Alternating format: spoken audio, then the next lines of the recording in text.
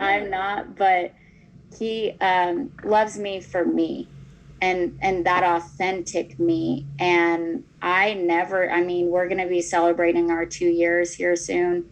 I haven't dated anybody for that long in basically almost 10 years. Yeah. So this is very important, right? Because the relationship we have with others is nothing more or less than a reflection of the relationship we have with our own mind. So what I just heard you say is not only are you in a very supportive, loving relationship, but I've heard you just articulate to me that you've also learned how to be very supportive and loving for yourself. Mm-hmm. In other words, you've learned how to accept love. Little Johnny, remember him getting slapped in the face? He had a choice. He could just believe that the person loved him and step into the abyss of the unknown and be vulnerable. Or he could follow what his mind told him, say they don't love me and run away, right? And go find somebody who right, fit the causes and conditions that his mind said are acceptable.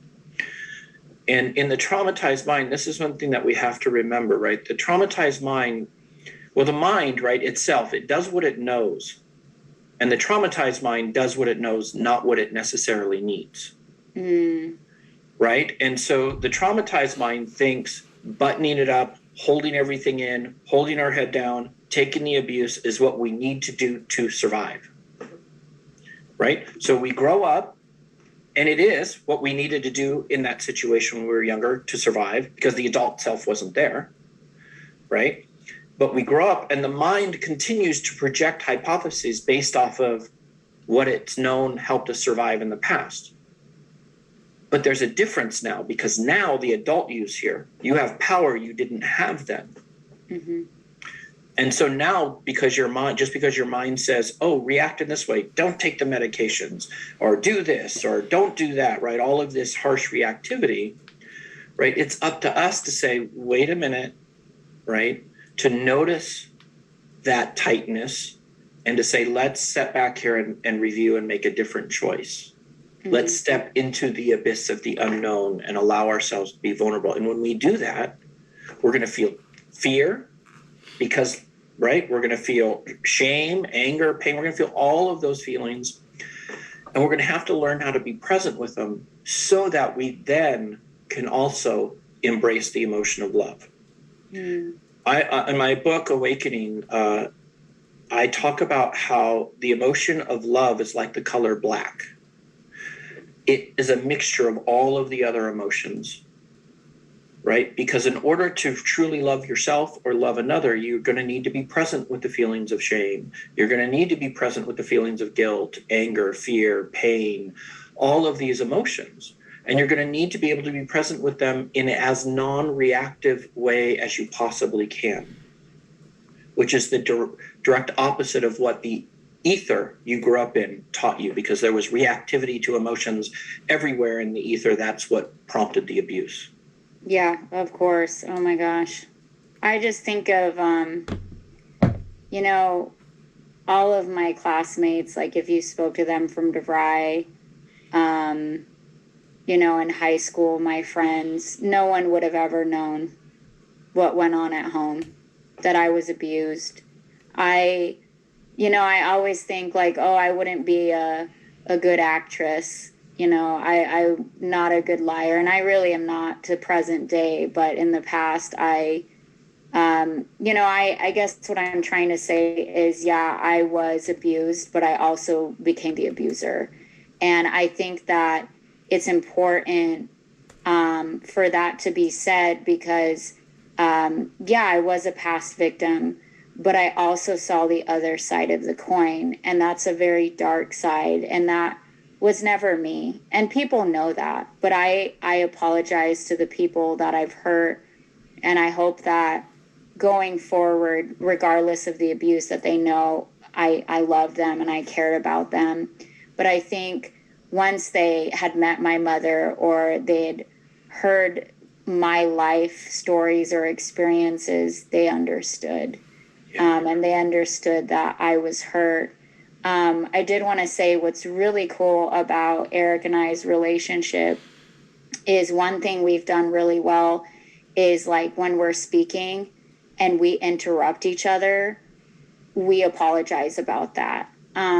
We both grew up in homes where we felt like we were not heard in any sense or form. And not only that, like we don't really argue that much. I would say I've only seen it when we're really hurting with finances, but for the most part, we don't fight about finances. I mean, he has his own money, I have my own as well, but what we've been able to do is truly just really cool to see on a psychological level that we can recognize when we're being abusive, or we say, and not even just being abusive, just being, just unkind, like not being loving, not being caring. And I would say out of the guys that I've dated, he's able to say, hey, that's not cool what I said. And usually because I'm crying, I'm very sensitive. He's able to say, hey, I was not in the right there, or what I said was really hurtful. Those that I dated in the past were not where he's at in regards with his mind, spiritually. And he is where he's at because he was abandoned. He had nobody. He still only has me and, some friends, but I can't imagine being abused and then being abandoned just totally. And I was abandoned, but I was abandoned emotionally. My parents were still present, but I just don't think, I guess reason why I did this today is because I have felt alone my whole life. And I realized that last week.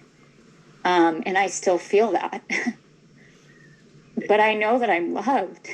Yeah. And I don't want anybody to suffer the way that I have because I didn't speak up. Yeah.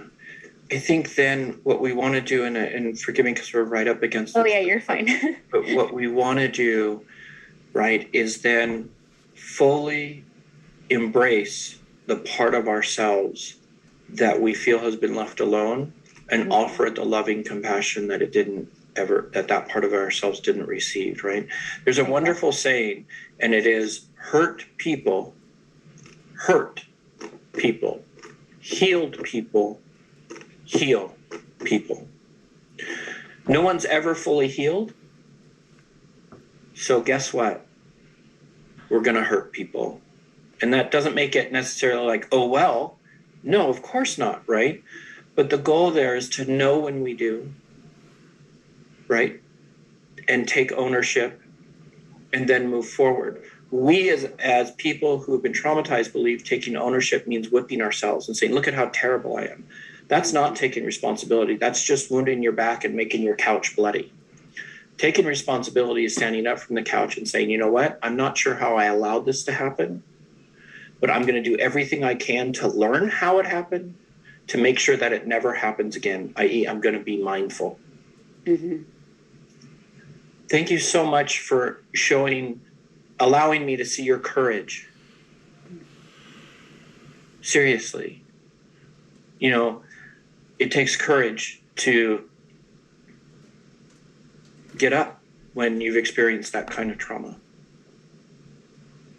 And I'm immensely grateful to you for allowing me to see that.